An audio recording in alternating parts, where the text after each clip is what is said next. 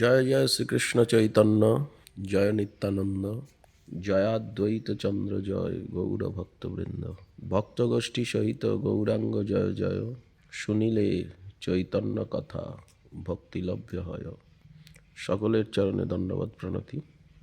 বসন্ত পঞ্চমী আসছে, শ্রী পঞ্চমী, রাধা মাধবের বসন্ত উৎসব। দশম দোল, দ্বাদশ দোল, এত অবধি পঞ্চম দোল। বসন্ত উৎসবের প্রারম্ভ শ্রীপঞ্চমীর থেকেই হয়ে থাকে। তো বসন্ত পঞ্চমীর দিন, শ্রীপঞ্চমীর দিন, গৌর পার্ষদ শ্রেষ্ঠ শ্রীল পুণ্ডরীক বিদ্যানিধি এবং বঙ্গবিবুধ জননী নদিয়া ধামেশ্বরী, নবদ্বীপেশ্বরী, প্রেমভক্তি স্বরূপিণী গৌরাঙ্গিনী, গৌরবক্ষ বিলাসিনী ভগবতী পরমেশ্বরী শ্রী বিষ্ণুপ্রিয়া দেবীরও শুভ আবির্ভাব তিথি এবং মাধ্য গৌরেশ্বরাচার্যবর্য জগৎগুরু রসিক কুলশিরোমণি শ্রীল বিশ্বনাথ চক্রবর্তীপাদ, তারও নির্যান তিথি।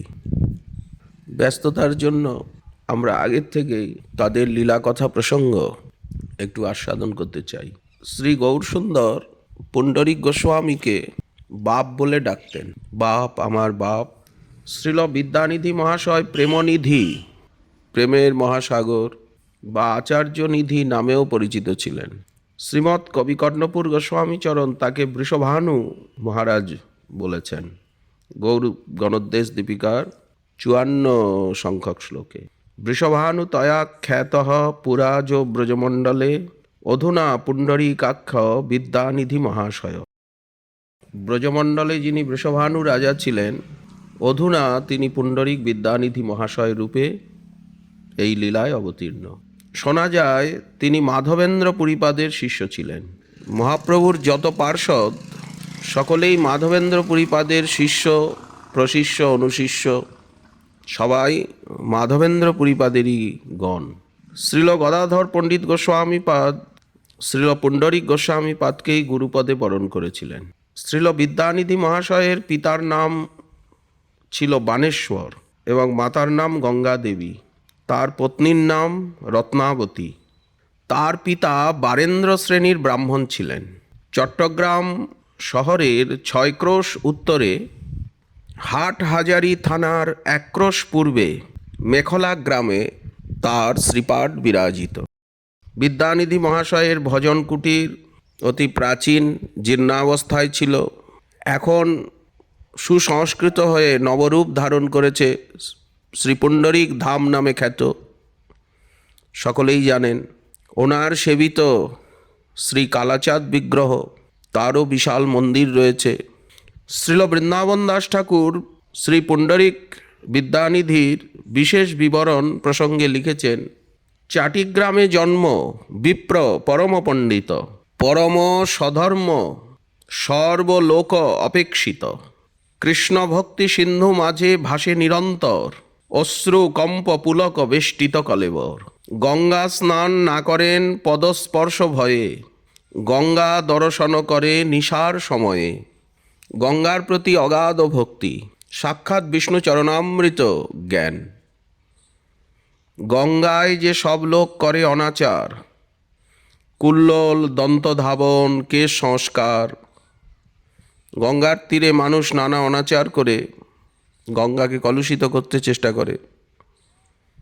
এ সকল দেখিয়া পায়েন মনে ব্যথা, এতেকে দেখেন গঙ্গা নিশায় সর্বথা। রাত্রিতে গিয়ে গঙ্গা দর্শন করেন। বিচিত্র বিশ্বাস আর এক শুনতান, দেবার্চন পূর্বে করেন গঙ্গা জলপান। নিত্য গঙ্গার জল পান করেন অর্চনার পূর্বে। এখনো বহু সন্ত মহাত্মা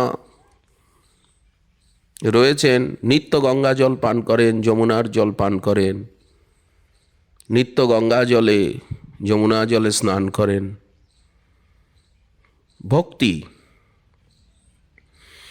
ভগবান গৌরসুন্দর শ্রীধাম নবদ্বীপে গয়ার থেকে এসে যখন মহাভাব প্রকাশ করছেন, মহাসংকীর্তনে নৃত্য করছেন, তখন বিদ্যানিধির নাম নিয়ে বারবার ক্রন্দন করছিলেন। নৃত্য করি উঠিয়া বসিলা গৌর রায়, পুণ্ডরিক বাপ বলি কান্দে উভরায়।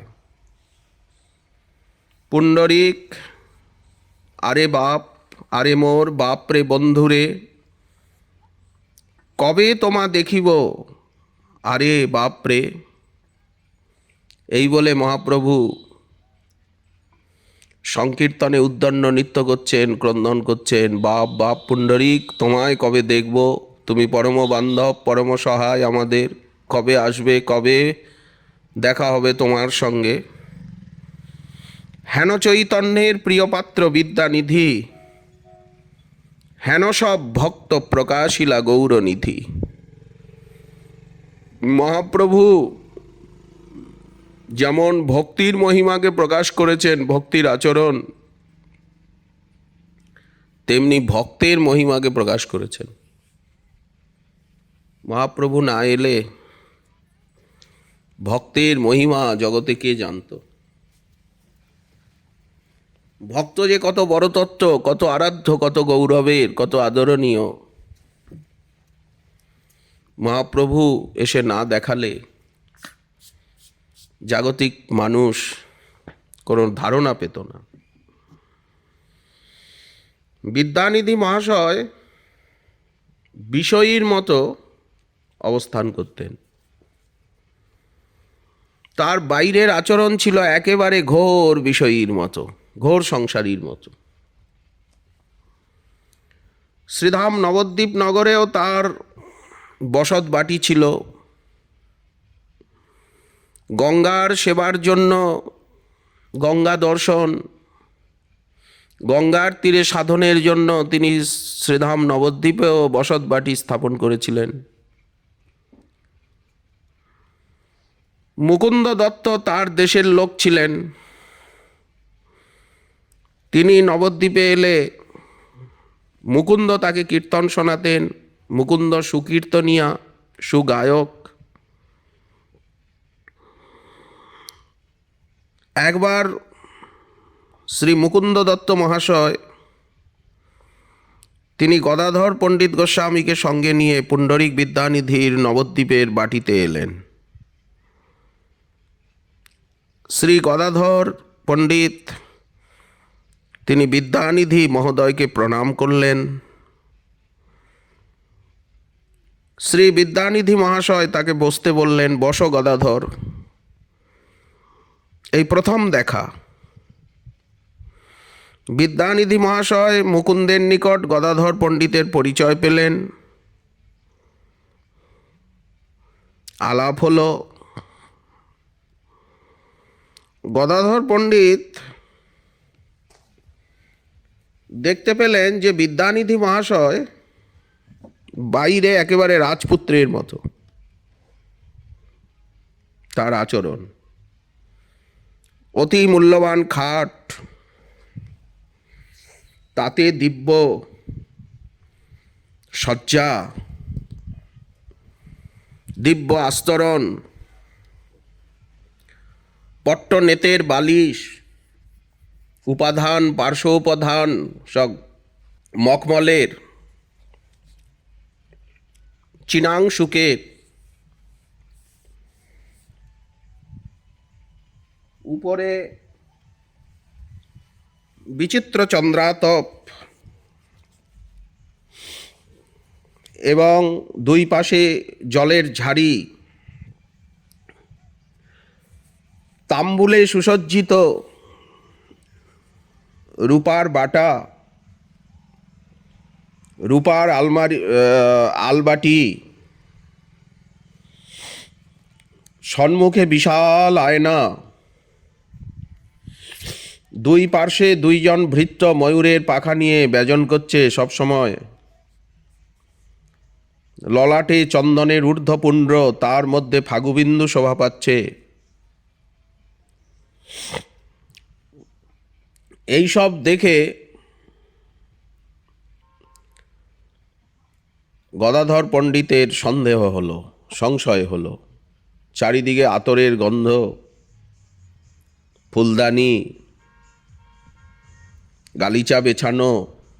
তিনি মনে মনে ভাবলেন যে ভালো তো, বৈষ্ণব বা ভক্ত সর্বদা অকিঞ্চন হয়, তাদের জীবন খুব সাধারণ হয়। কিন্তু এ তো দেখছি সব বিষয়ীর বেশ, বিষয়ীর ভাব, দিব্য ভোগ, দিব্য বাস, বহুমূল্যের ধুতি পরে আছেন, তারপরে কেশের থেকে সুগন্ধি বেরোচ্ছে নারায়ণাদি তৈল, দিব্য গন্ধ কেশ। এখানে না এলেই ভালো করতাম। শুনিয়া তো ভালো ভক্তি আছিল ইহানে, কিন্তু সেই ভক্তি তো আমার এনার প্রতি চলে গেল। মুকুন্দ বারবার এনার কথা বলতো, শুনে একটা শ্রদ্ধা হয়েছিল, কিন্তু বেশভূষা, কাপড় চোপড়, রহন সহন দেখে আসলে এই লীলায় মহাপ্রভু জানাচ্ছেন যে ভক্ত কত দুর্জ্ঞেয় তত্ত্ব। আমরা যেন বাইরের ব্যবহারে, বাইরের কাপড় চোপড় দেখে, সাজ পোশাক দেখে কখনো ভক্ত চিনতে না যাই। ভক্তের স্বরূপ লক্ষণ এবং তটস্থ লক্ষণ শাস্ত্রে যা বর্ণিত আছে, আমরা তাই দিয়ে যেন শাস্ত্র প্রমাণে ভক্তকে শাস্ত্রচক্ষু দিয়ে দেখতে বুঝতে চেষ্টা করি। শাস্ত্রচক্ষু না হলে কিন্তু চেনা বোঝা যায় না। প্রাকৃত এই নেত্রে কখনোই ভক্ততত্ত্ব গোচরীভূত হয় না। গদাধর পণ্ডিতের ভুল হচ্ছে, তো আমরা কোথায়? আছিল যে ভক্তি সেহ গেল দর্শনে, চৈতন্য ভাগবতে। গদাধর পণ্ডিত শিশুকালের থেকেই বৈরাগ্য প্রিয়। শ্রী মুকুন্দ দত্ত বুঝতে পারলেন যে গদাধরের মনে কোনো সংশয় হয়েছে, মুখ দেখলেই বোঝা যায়। তখন মুকুন্দ ভাগবতের এক শ্লোক সুস্বরে গাইতে লাগলেন, যাতে বিদ্যানিধির যে আন্তরিক স্বরূপ, বৈষ্ণবতার পরাকাষ্ঠা, সেটি যাতে প্রকাশ পায়, তার হৃদয়কে মথিত আলোড়িত করতে। আনন্দকন্দ স্বয়ং ভগবান ব্রজানন্দের গোকুলেশ্বরের, গোকুলনাথের, গোকুলচন্দ্রমার কারুণ্য মহিমা, যে কত করুণা। এই করুণা কারো ভিতরে পাওয়া সম্ভব নয় কোনো লীলায়। উদ্ধবের উক্তি, ভাগবতের 3য় স্কন্ধের 2য় অধ্যায়ের 23 সংখ্যক শ্লোক এটি। সুস্বরে মুকুন্দ গায়ক, মধুকণ্ঠ, স্নিগ্ধকণ্ঠ তার, সুস্বরে গাইছেন, অহো বকীজং স্তনকালকূটং জিঘাংসয়া অপি অপায়য়ৎ, জিঘাংসয়া অপায়য়ৎ দপ্পসাদ্ধি লেভে গতিং ধাতৃচিতাং ততোন্যাং কং বা দয়ালুং শরণং ব্রজেম। পুতনা লোকবালগ্নি রাক্ষসী রুধিরাসনা জিঘাংসয়াপি হরয়ে স্তনং দত্তাপসদ্গতিম। গোবিন্দের করুণা। ভাগবতের এই শ্লোক ভক্তিযোগের বর্ণনা, করুণার কথা শুনে গোকুলনিধির বিদ্যানিধি মহাশয় প্রেমে একেবারে পাগল প্রায় হয়ে গেলেন। বারবার এই শ্লোক আবৃত্তি করছেন, সুস্বরে গাইছেন মুকুন্দ। মুকুন্দ প্রায়ই আসেন, সঙ্গ করেন, কারণ মুকুন্দেরই দেশের উনি, মুকুন্দ চট্টগ্রামেরই। তো এই ভক্তিযোগের বর্ণন শ্রবণ করে বিদ্যানিধি মহাশয়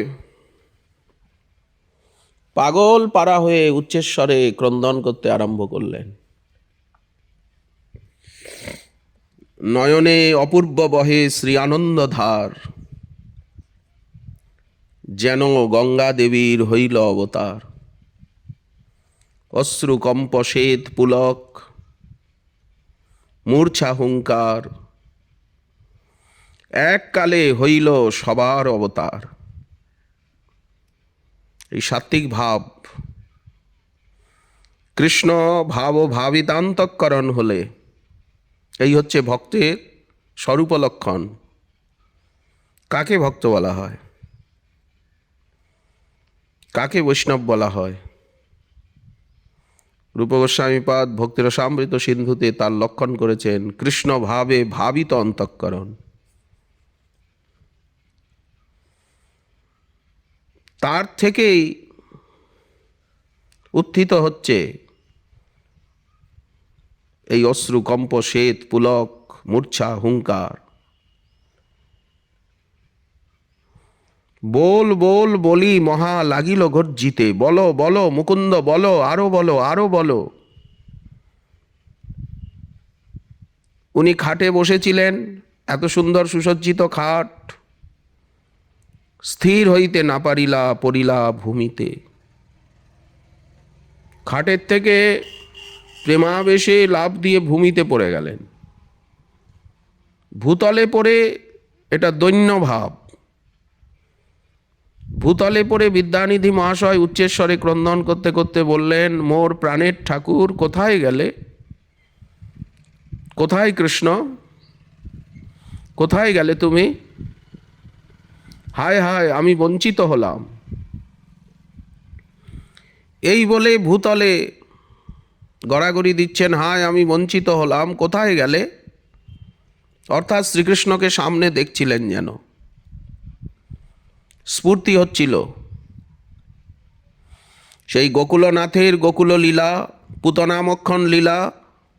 বিদ্যানিধির নয়ন সম্মুখে ফুটে উঠল, গোকুলে রাক্ষসী এসেছে গোপিনীর রূপ ধারণ করে, কি সুন্দর সেজে গুজে শ্রীকৃষ্ণকে কোলে নিয়ে স্তন্যপান করাচ্ছে।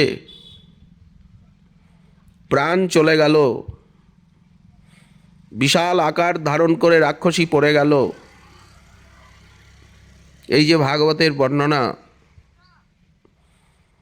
যেন সেই লীলা দর্শন করছেন, স্ফূর্তি বিস্ফূর্তি হচ্ছে।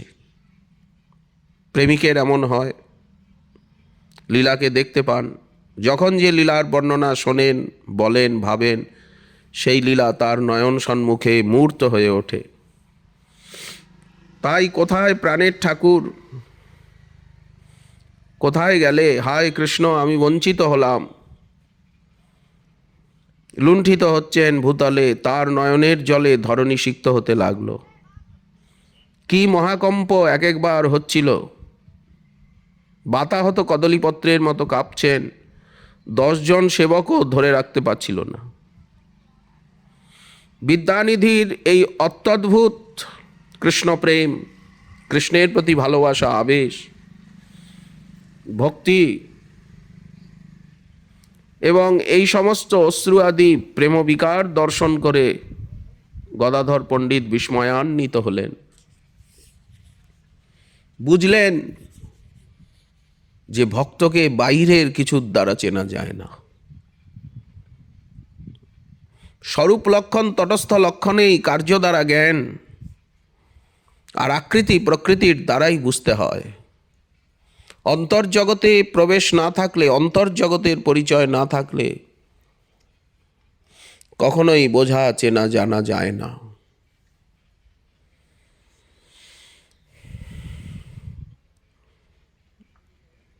তিনি মনে মনে ভাবলেন, আমার তো বড় অপরাধ হয়ে গেছে।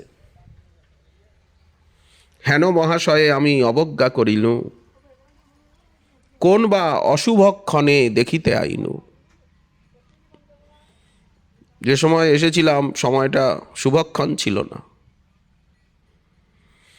গদাধর পণ্ডিত তিনি মুকুন্দ দত্তকে বলতে লাগলেন, প্রিয় মুকুন্দ, আমার তুমি কইলে বন্ধু কার্য, দেখাইলে ভক্ত বিদ্যানিধি ভট্টাচার্য। এমতো বৈষ্ণব কি বা আছয়ে ত্রিভুবনে? এরকম বৈষ্ণব তো আমি জীবনে কোথাও দেখিনি কখনো। ত্রিলোক পবিত্র হয় যার ভক্তি দর্শনে। গদাধর পণ্ডিত বললেন, মুকুন্দ, আমার অপরাধ হয়ে গেছে।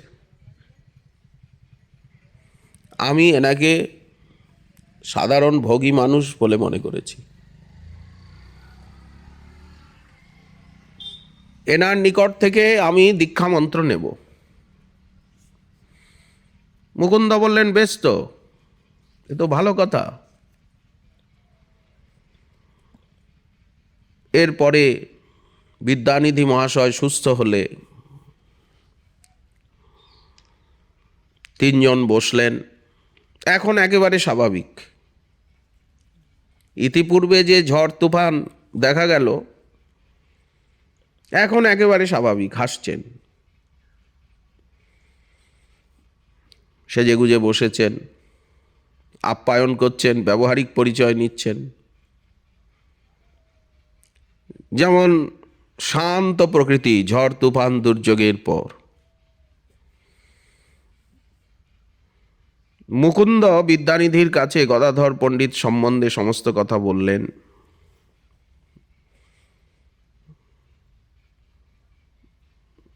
গদাধরের বিষয়ে সবকিছু শুনে,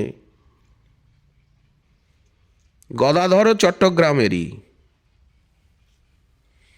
বেলেটি, বর্তমান নাম বাঁশখালী, বেলেটি, চট্টগ্রাম অঞ্চলেই গদাধরের জন্ম, পূর্বনিবাস। ইনিও চট্টগ্রামের। বিদ্যানিধি পরম সুখী হলেন। তারপর ভাদ্র মাস শুক্লপক্ষের দ্বাদশী, বামন দ্বাদশী, অতিশয় পুণ্য দিন। সেই দিনে বিদ্যানিধি মহোদয় গদাধর পণ্ডিত গোস্বামীপাদকে মন্ত্র দীক্ষা দিলেন। নবদ্বীপেই আছেন, কিন্তু গৌর সুন্দরের সঙ্গে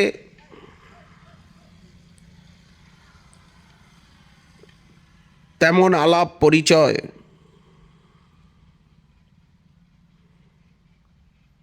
এখনো গাঢ়ভাবে হয়নি। একদিন শ্রীল পুণ্ডরিক বিদ্যানিধি মহাশয় রাত্রে অলক্ষিতে গৌর সুন্দরের কাছে এলেন।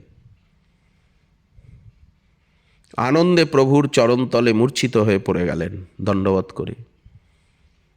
অবশেষে কাঁদতে কাঁদতে বলছেন, হে কৃষ্ণ, হে বাপ, আমি অপরাধী, আমায় আর কত দুঃখ দিবে?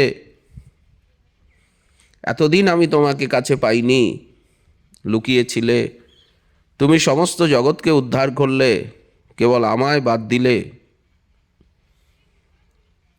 গৌরসুন্দর তৎক্ষণাৎ বিদ্যানিধিকে কোলে তুলে নিলেন।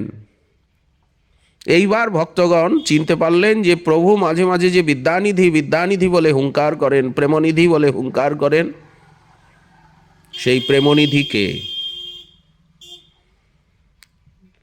ইনি চট্টগ্রামের প্রেমনিধি। গৌরসুন্দর বিদ্যানিধিকে বলতে লাগলেন, আজই কৃষ্ণ বাঞ্ছা সিদ্ধি করিল আমার। ভক্ত দর্শনে ভগবানের কত আনন্দ। ভক্তকে না পেলে, ভক্ত কাছে না থাকলে ভগবান যে কতখানিক অসহায় বোধ করেন, একাকিত্ব বোধ করেন, তারই প্রমাণ।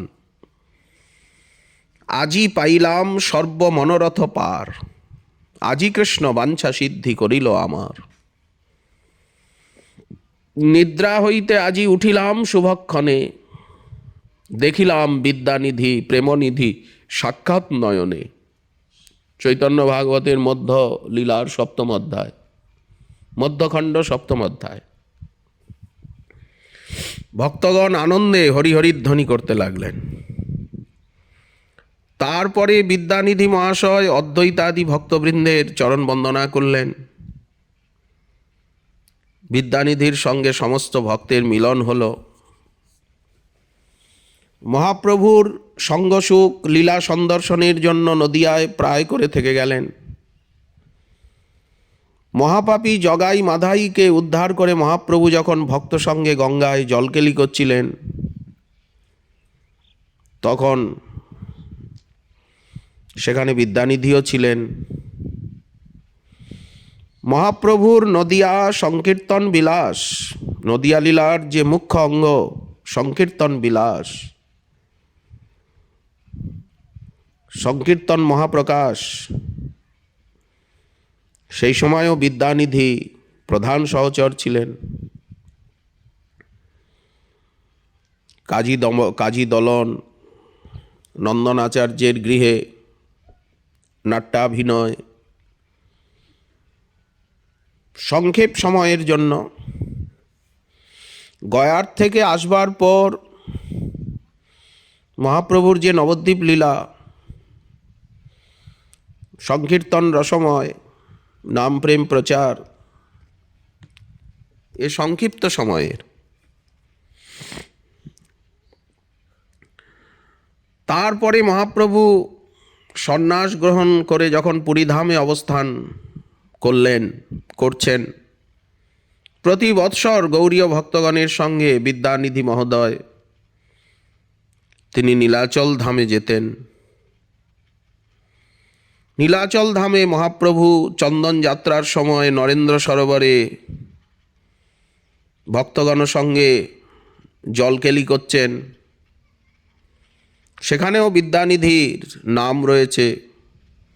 স্বরূপ দামোদরের সঙ্গে নবদ্বীপের থেকেই সখ্যতা, সমান প্রেমিক, সমান রসিক। এই জন্য বিদ্যানিধি মহাশয় সব সময় স্বরূপ দামোদরের কাছে থাকেন, স্বরূপ দামোদরের সঙ্গে সঙ্গে চলেন। নরেন্দ্র সরোবরে চন্দন যাত্রায় জলকেলি হচ্ছে, মদনমোহন নৌকায় ভ্রমণ করছেন, মহাপ্রভু ভক্তগণ সঙ্গে জলে সন্তরণ করছেন, জলকেলি, জলে বিহার। তো পুণ্ডরিক বিদ্যানিধি মহাশয় স্বরূপ দামোদরের সঙ্গে জলকেলি করছেন। দুই সখা বিদ্যানিধি স্বরূপ দামোদর হাসিয়া আনন্দে জল দেন পরস্পর। চৈতন্য ভাগবতের অন্তখণ্ডের অষ্টম অধ্যায়ে। একদিন পুরীধামে শ্রীল গদাধর পণ্ডিত গোস্বামীপাদ মহাপ্রভুকে বললেন, প্রভু, আমি ইষ্টমন্ত্র কাউকে বলে ফেলেছি কথাবার্তার মধ্যে। আমার ইষ্টমন্ত্র ভালোভাবে স্ফূর্তি হচ্ছে না, জপের সময় বাধা বাধা লাগছে, সুষ্ঠুভাবে মন্ত্র স্থিরভাবে হৃদয়ে বিরাজমান হচ্ছে না। কারণ মন্ত্র তো গোপন রাখতে হয়, হয়তো কথাবার্তার ছলে আমি কারো কাছে প্রকাশ করে ফেলেছি, এই অপরাধ হয়ে গেছে আমার। মহাপ্রভু বললেন, কোনো চিন্তা করো না, তোমার গুরুপাদ পদ্ম বিদ্যানিধি অতি অল্পকালের মধ্যে এখানে আসবেন। এ সম্বন্ধে তখন তুমি তার সঙ্গে আলোচনা করতে পারবে।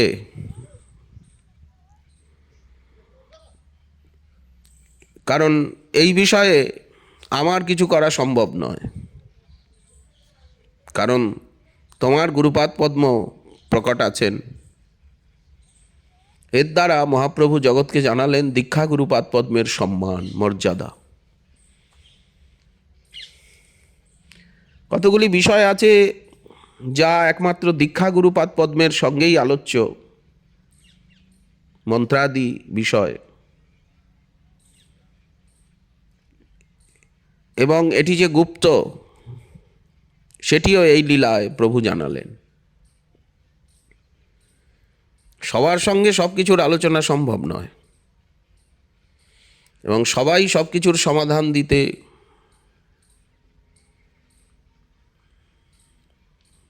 দিলেও সেটি সর্বক্ষেত্রে মর্যাদার দিকে লক্ষ্য করেই। ঠিক এর কিছুদিন পরেই বিদ্যানিধি মহাশয় নীলাচল ধামে এসে উপস্থিত হলেন। তাকে পেয়ে ভক্তগণের আনন্দের সীমা রইল না। শ্রীল গদাধর পণ্ডিত গোস্বামীপাদেরও ইচ্ছা পূর্ণ হলো, ওনার অন্তরেও মন্ত্রস্ফূর্তি হলো। উনি পুনরায় গুরুপাদ পদ্মের শ্রীমুখের থেকে মন্ত্রাদি ভালো করে শুনে নিলেন।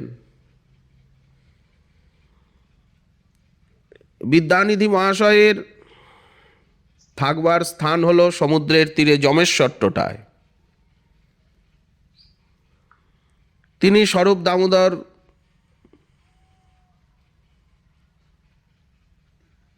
জিউর বড় প্রিয় পাত্র এবং মিত্র। দুইজনে সর্বদা নির্জনে ইষ্টগোষ্ঠী করেন, দুইজনে একসঙ্গে থাকেন, একসঙ্গে মহাপ্রভুর কাছে আসেন, একসঙ্গে জগন্নাথ দর্শন করেন। এমন সময় শ্রীক্ষেত্রে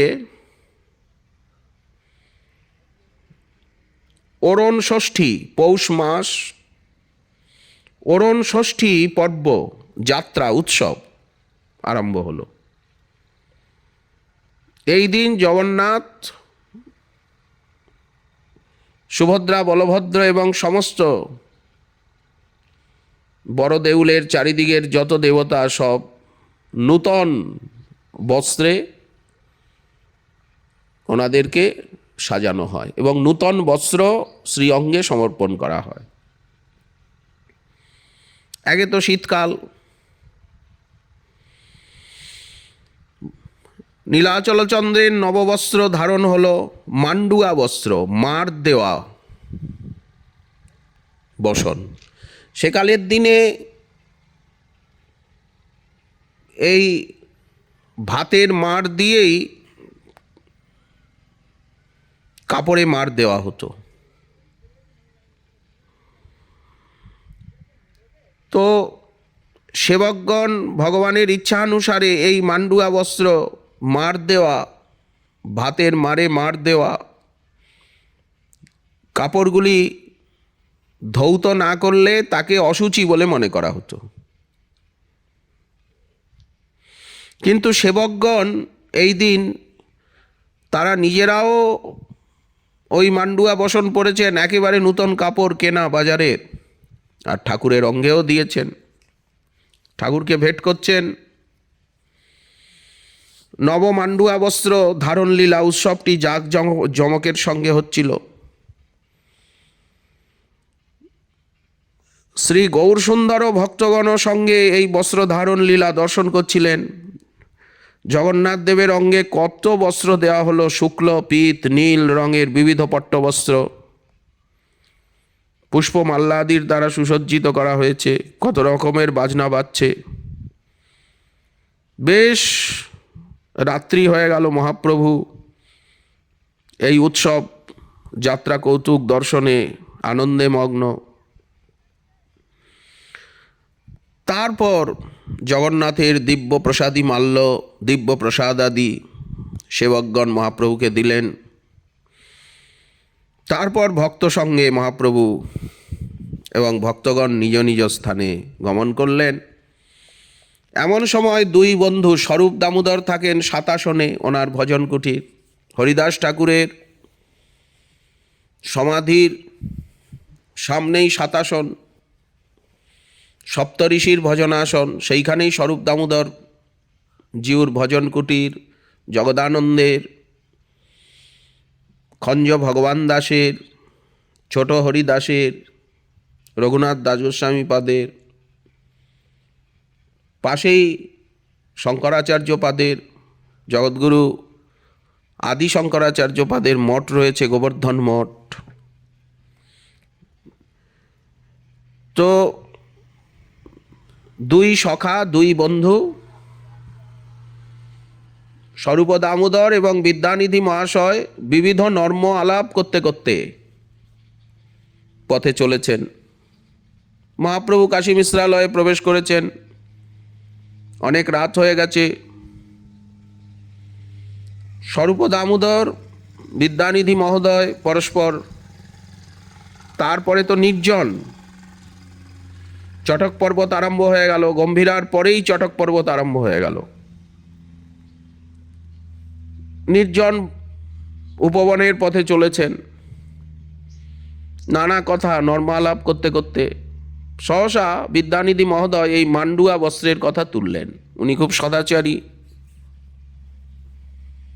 স্বধর্মনিষ্ঠ।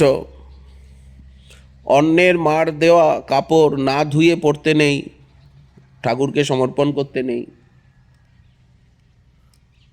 মান্ডুয়া বস্ত্র ঈশ্বর পরেন, জগন্নাথ আজ পরেন, ভক্তগণও পরেন, সবাই নূতন বস্ত্র জগন্নাথকে ভেট দেন। এতে সন্দেহযুক্ত হয়ে বিদ্যানিধি মহাশয় স্বরূপ দামোদর জিউকে বলতে লাগলেন, এদেশে শ্রুতি এবং স্মৃতির প্রভূত বিচার আছে, বৈদিক চর্চা আছে। উড়িষ্যায় এখনো কর্মকাণ্ডের, সদাচারের, বেদের, শাস্ত্রের, নাচ গান, কলাবিদ্যার যথেষ্ট চর্চা আছে উড়িষ্যায়, সেকালেও ছিল। কিন্তু এদেশের শ্রুতি স্মৃতি সদাচারের প্রভূত বিচার, তথাপি ঈশ্বর এই অপবিত্র মান্ডুয়া বস্ত্র ধারণ করেন কেন? নীলাচলচন্দ্র, এটা তো সদাচার বিরোধী। স্বরূপ দামোদর বললেন, এটা বোধহয় এদেশের আচার, এটা দেশি আচার।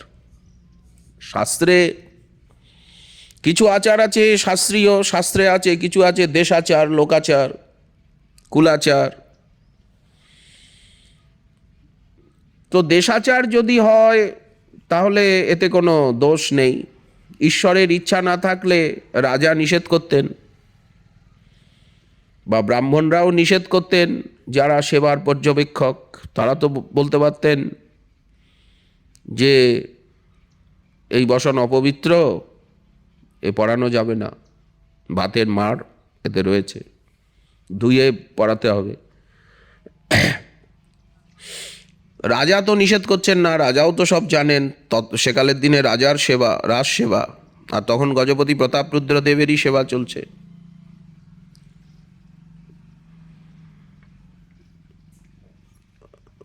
বিদ্যানিধি মহাশয় বললেন, ঈশ্বর স্বতন্ত্র, উনি যা ইচ্ছা তাই করতে পারেন, কিন্তু সেবক পাণ্ডাগণ তারা যে অপবিত্র মন্ডুয়া বস্ত্র ধারণ করছেন, এই মান্ডুয়া বস্ত্র এত অপবিত্র যে স্পর্শ করলেও হাত ধুতে হয়, এতে ভাতের মার রয়েছে। রাজপাত্রগণ তারা অবুধ, এত বিচার করে না। আর রাজাকেও দেখলাম এই দিন মান্ডুয়া বস্ত্র শিরে ধারণ করেছেন, মান্ডুয়া বস্ত্রের পাগড়ি বেঁধেছেন। স্বরূপ দামোদর বললেন, ভাই বোধ হয় ওরণ ষষ্ঠীর দিন এই বস্ত্র সম্বন্ধে কোনো দোষ নাই, কারণ সাক্ষাৎ পরব্রহ্ম জগন্নাথ রূপে অবতীর্ণ। জগন্নাথ অতীব করুণ, জগন্নাথ লীলাই হচ্ছে করুণার লীলা। এই জন্য এখানে বিধি নিষেধের কোনো বিচার নাই। এত তোমাদের গৌড় দেশের মতো, বাংলার মতো। বিদ্যানিধি মহাশয় বললেন, জগন্নাথ ঈশ্বর, উনি সব কিছু করতে পারেন, তিনি পরব্রহ্ম, সর্বশক্তিমান, তার সম্বন্ধে আমি কোনো কিছু কথা বলছি না। কিন্তু এই যে সেবক যারা, এরাও কি ব্রহ্ম? পাণ্ডা পূজারী তারাও কি ব্রহ্ম হলো সবাই, যে এরাও বিধি নিষেধের অতীত হয়ে গেল? এইসব কথা বলে হাস্য করতে করতে দুই মিত্র নিজ নিজ বাসস্থানে গেলেন। স্বরূপ দামোদর সাতাসনে ওনার কুটিরে গেলেন, ইনি যমেশ্বরটায় নিজের কুটিরে এলেন, শয়ন করলেন। রাত্রিবেলা ঘুমের মধ্যে ঘুমিয়ে ঘুমিয়ে এই বিদ্যানিধি স্বপ্নে দেখছেন শ্রী জগন্নাথ বলদেব এসেছেন। দুইজনে ক্রোধে অধীর, ক্রুদ্ধ। বিদ্যানিধির দুই গালে দুই ভাই চর লাগিয়ে বললেন যে তুমি কি বলছিলে, কি ভাবছিলে,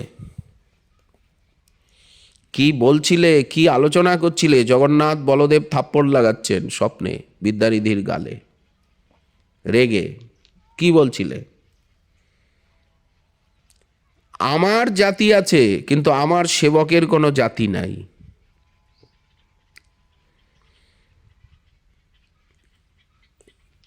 তুমি সবই জানো, শাস্ত্রজ্ঞ, প্রেমিক, ভক্তের মহিমা তুমি জানো। আমার সম্বন্ধে কিছু বলার থাকলে বলো, কিন্তু আমার ভক্তের সম্বন্ধে কেন বলছো?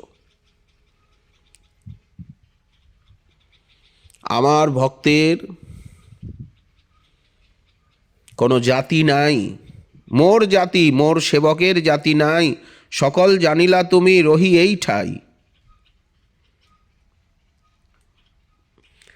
তবে কেন রহিয়াছ জাতি নাশা স্থানে?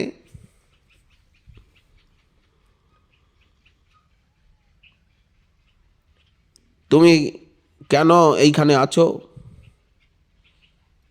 চলে যাও। তুমি নীলাচলে কেন আছো? যদি আমার সেবকগণেরই বিচার করবে আর আমারই বিচার করবে, তো ধামে কেন আছো? এর দ্বারা একটা সিদ্ধান্ত পরিষ্কার হয়ে যাচ্ছে যে ধামে এসে যদি আমরা ধামবাসীর, ধামাশ্রয়ীর দোষ দেখি, প্রাকৃত দৃষ্টি নিয়ে দোষগুণের বিচার করি, তাহলে আমাদের ধামে আসার অধিকার নেই, ধামে থাকার অধিকার নেই। এই জায়গা যদি ভালোই না হয়, এখানে যদি সদাচার নাই থাকে, ভালো কিছু নাই থাকে, তাহলে তুমি এখানে আছো কেন, এসেছো কেন? চলে যাও, তোমার দেশে তুমি চলে যাও। জাতি রাখি চলো তুমি আপন ভবনে, দেশে চলে যাও। আমি যে করিয়া আছি যাত্রার নির্বন্ধ, তাহাতেও ভাবো অনাচারেরও সম্বন্ধ। আমি যে উৎসব মহোৎসবের ব্যবস্থা করেছি, তাতে তুমি অনাচার দৃষ্টি আনছো, বলে এটা ঠিক না, ওটা ঠিক না, এটা ঠিক হচ্ছে না, ওটা ঠিক হচ্ছে না। চৈতন্য ভাগবতের অন্তখণ্ডের 10ম অধ্যায়। পুণ্ডরিক বিদ্যানিধি স্বপ্নেই ক্রন্দন করতে করতে শ্রী জগন্নাথের শ্রীচরণে মাথা রেখে বলতে লাগলেন, হে নাথ, যেমন অপরাধ করেছি তেমন শাস্তি পেলাম। আজ আমার পরম শুভ দিন, তোমার শ্রীহস্তে আমার কপলে,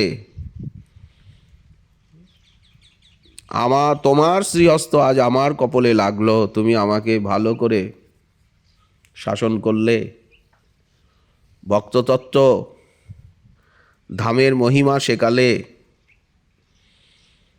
আমি ভাগ্যবান। সবাই কি তোমার এই কৃপাদণ্ড পায়?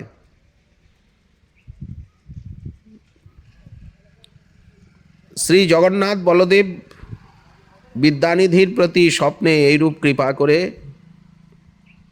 অন্তর্হিত হলেন। প্রভাতে ঘুম ভেঙে গেল। বিদ্যানিধি গাত্রোত্থান করে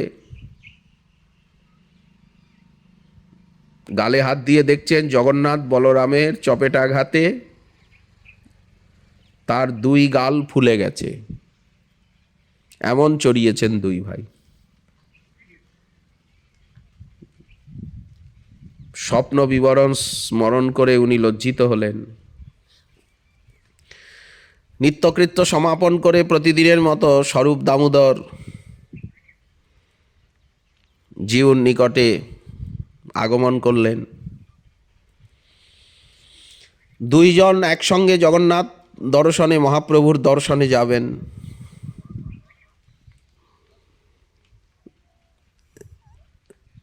এখন সেদিন কি মনে করে বেলা হয়ে গেছে,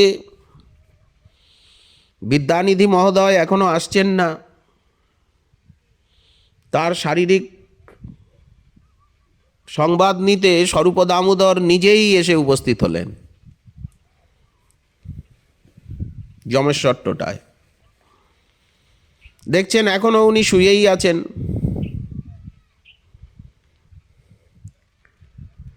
এতক্ষণ পর্যন্ত শুয়ে থাকার কারণ কি? তখন বিদ্যানিধি মহাশয় স্বরূপ দামোদরকে গোপনে ডেকে রাত্রের অলৌকিক স্বপ্ন বিবরণ তাকে বলে শোনালেন, যে এই যে আপনার সঙ্গে আলোচনা করছিলাম, পাণ্ডা পূজারী জগন্নাথের সেবকের উপরে দোষ দৃষ্টি এনেছিলাম, তারই ফল দেখুন। দুই গাল লাল হয়ে গেছে, ফোলা। দেখে স্বরূপ দামোদর আনন্দ সাগরে ভাসতে লাগলেন। তিনি বললেন, স্বপ্নে এসে ভগবান কাউকে শাস্তি প্রদান করেন বা এই রকম চপেটাঘাত করেন, এ কথা কখনো তো শুনি নাই, কিন্তু আজ শোনার কথা দূরে, আজ প্রত্যক্ষ করলাম।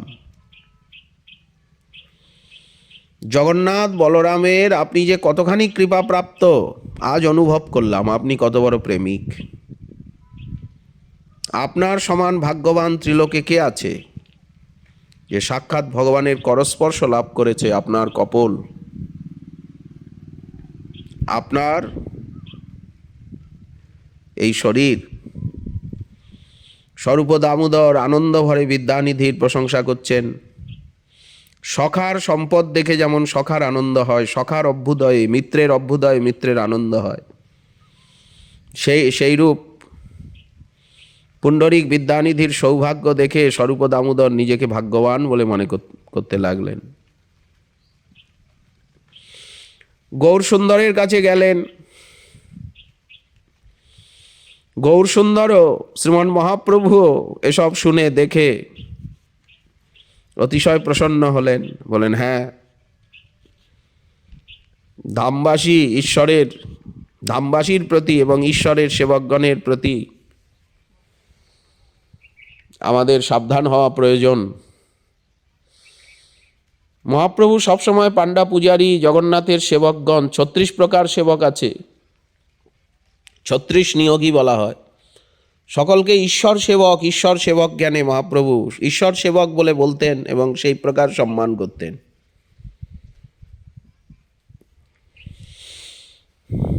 পুণ্ডরিক বিদ্যানিধি পাদের এই প্রকার অলৌকিক লীলা শ্রীল গদাধর পণ্ডিত গোস্বামী পাদ, শ্রীল পুণ্ডরিক বিদ্যানিধি মুকুন্দ দত্ত, বাসুদেব দত্তের আবির্ভাবের জন্যই পুরো সমগ্র চট্টগ্রাম ধন্য হয়ে গেল। শ্রীল ধনঞ্জয় পণ্ডিত ঠাকুর গোস্বামী, ব্রজের বসুধাম সখা, তিনিও চট্টগ্রামেই আবির্ভূত। তো এর জন্য পুরো চট্টগ্রাম ধন্য হয়ে গেল, বাংলাদেশ ধন্য হয়ে গেল। তাদের আবির্ভাবেই ওই দেশ প্রেম ভক্তির সাম্রাজ্য সেখানে প্রতিষ্ঠিত হলো। এই প্রকার অলৌকিক লীলা আমরা চৈতন্য ভাগবতে পাই। ব্যাসাবতার বৃন্দাবন দাস ঠাকুর বলছেন, পুণ্ডরিক বিদ্যানিধি চরিত্র শুনিলে অবশ্য তাহারে কৃষ্ণ পাদ পদ্ম মিলে। যারা গৌর পার্ষদগণের এই পবিত্র লীলা কথা শ্রবণ করেন, গৌর পার্ষদগণের চরিত্র শ্রবণ করেন, তারা অবশ্য মহাপ্রভুর চরণে প্রেম ভক্তি লাভ করে চিরতরে ধন্য কৃতার্থ হয়ে যান। তা তো হবেনি। এমনই গৌর পার্ষদগণের লীলা লহরী, লীলামৃত শ্রবণের এমনই মহিমা। আজও যে সমস্ত গৌরভক্ত চট্টগ্রামে যান তারা পুণ্ডরিক ধাম দর্শনে যান। বর্তমান পুণ্ডরিক ধাম, পুণ্ডরিক বিদ্যানিধির সেই লীলাস্থলী অতিশয় উজ্জ্বল, সুসংস্কৃত এবং বাংলাদেশের প্রেম ভক্তি প্রচারের বিশিষ্ট কেন্দ্ররূপে, সদাচার হরিনাম প্রচারের বিশিষ্ট কেন্দ্ররূপে সুখ্যাত। এবং শ্রীল বিদ্যানিধিপাদের সেবিত কালাচাঁদ বিগ্রহ, তিনিও খুব রাজকীয়ভাবে সেবিত হচ্ছেন, উজ্জ্বল তার সেবা। তবে গদাধর পণ্ডিত গোস্বামীপাদের যে আবির্ভাবস্থলী বাঁশখালী বেলেটি প্রাচীন নাম, সেই স্থানটি এখনও মন্দির আছে, অনেক প্রাচীন সৌধ স্মারকও রয়েছে সেখানে, প্রাচীন মঠ রয়েছে। স্থানটিও মনোরম। চট্টগ্রামের পরিবেশ অতীব মনোরম, আকাশ বাতাস, সিন্ধু সৈকত, পরম মনোরম। সবসময়ই বসন্তের বাতাস বইছে। প্রায় চিরবসন্তেরই দেশ বাংলাদেশ, প্রায় চিরবসন্তেরই দেশ। এমন সুজলা সুফলা শস্য শ্যামলা, এমন কমলা, এবং সেখানের অধিবাসী মানুষগণেরও চিত্ত এত স্নিগ্ধ, উর্বর, এত কোমল। ভূমির সঙ্গে সঙ্গে চিত্তেরও তো একটা সম্পর্ক আছে, মনেরও সম্পর্ক আছে। আবহাওয়া এবং ভূমির সঙ্গে মানুষের দেহমন প্রাণ চিত্তের একটা সম্পর্ক রয়েছে, কমলতার কি কঠিনতা। আমরা যখন চট্টগ্রামে পুণ্ডরিক ধামে বা গদাধর পণ্ডিত গোস্বামীপাদের লীলাস্থলী, জন্মস্থলীতে, আবির্ভাবস্থলীতে যাই, তখন সেখানের শোভা দেখে আমরা বিমুগ্ধ হই। এছাড়া মেধস ঋষির আশ্রম, এছাড়া চন্দ্রনাথ স্বয়ম্ভুলিঙ্গ সেখানে বিরাজ করছেন, ব্যাসকুণ্ড, সীতাকুণ্ড, চন্দ্রনাথ পাহাড়, সবই অসীম প্রাকৃতিক সৌন্দর্যে পরিপূর্ণ এবং তপস্থলী। এই আর্যাবর্তে, এই কর্মভূমি, এই পবিত্র ভূখণ্ডে পরম পবিত্র তপস্থলী রূপে, ঋষিগণের তপস্থলী রূপে আজও শোভায়মান, চিরসুন্দর চিরমধুর রূপে শ্রী গৌরমণ্ডল ভূমি। অনুভব করেই ঠাকুর মহাশয় যথার্থ বলেছেন, শ্রী গৌরমণ্ডল ভূমি যেবা জানে চিন্তামণি, তার হয় ব্রজভূমে বাস।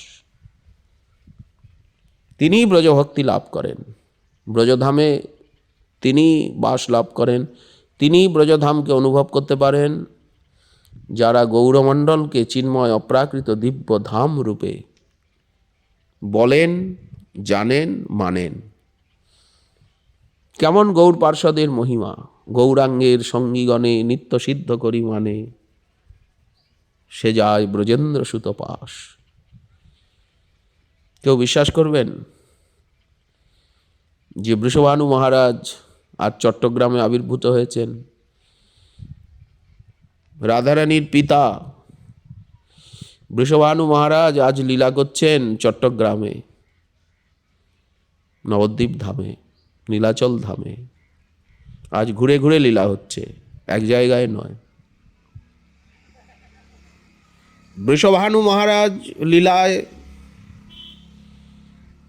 তিনি কি কখনো নীলাচলে বা চট্টগ্রামে গেছেন এ প্রমাণ তো পাওয়া যায় না পুরাণে। কিন্তু এই লীলায় কত ব্যাপক সাধকভাবে লীলা